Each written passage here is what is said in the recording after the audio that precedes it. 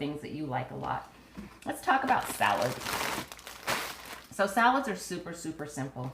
It's really not that hard to chop up a head of lettuce and have it in your fridge ready to go. Romaine lettuce, obviously, most of you probably know, has more nutritional value than iceberg, but sorry, it's all great.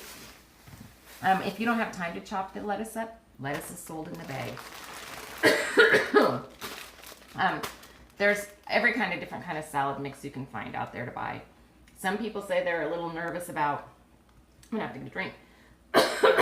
Some people are a little nervous about E. coli or something from some of these salad mixes. I personally have never had a problem and never really heard much of a problem.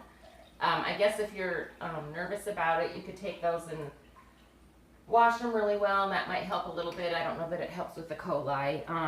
Again, I've never really been worried about it. And anyway, you can buy coleslaw. You can buy all kinds of lettuce mixes. You can buy, this one has 7 superfoods in it, so it's got kale, cabbage, all that kind of stuff in there. It's great, easy to fix. And I think I told you the other day, sometimes I put this in a pan, use it as a little bit of a hash, put my eggs in there. Delicious. Good, great way to get some of those veggies in the morning.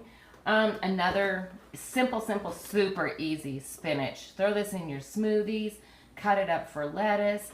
I had chili for lunch today. I cut about a cup of this up and just stirred it in the chili. You can't even really tell it's there. You're getting more veggies. It doesn't really taste like anything different. Chili has such a good, strong flavor to it that it's so simple.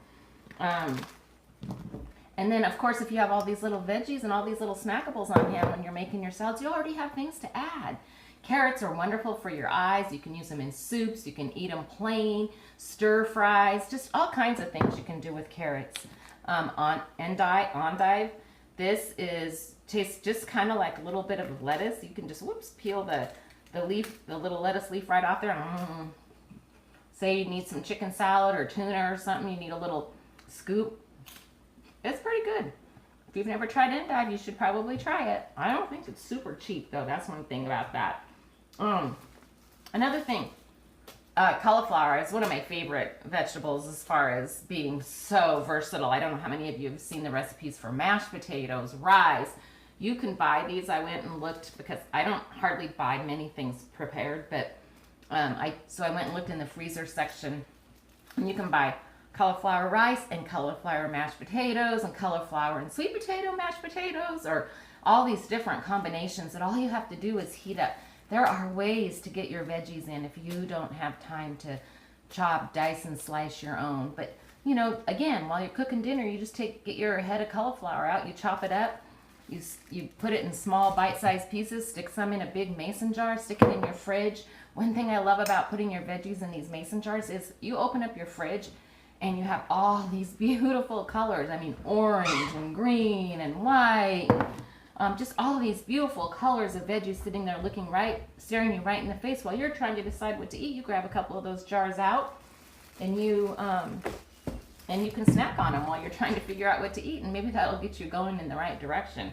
So again, cauliflower is great. Broccoli is wonderful. I love broccoli roasted.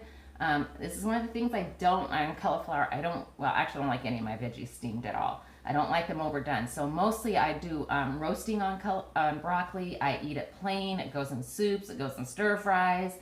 There's just a million things you can do with broccoli. Turnips, you can't really even tell. Let's say you're going to make that veggie soup. If you replace the potatoes with turnips, they kind of have that same texture as a potato. Maybe not the exact flavor, but they definitely have that same kind of texture. I definitely would use these in my soups. Try those fries I told you about. You can either Google a recipe, or I can tag you in a recipe. If you feel like you can't have just turnips and not potatoes, take one potato in your soup and one turnip and kind of split it up a little bit just to start getting to eating more veggies. Beets are not my favorite, but I will buy them on occasion and try to figure out great ways to cook them. Pickled beets would be another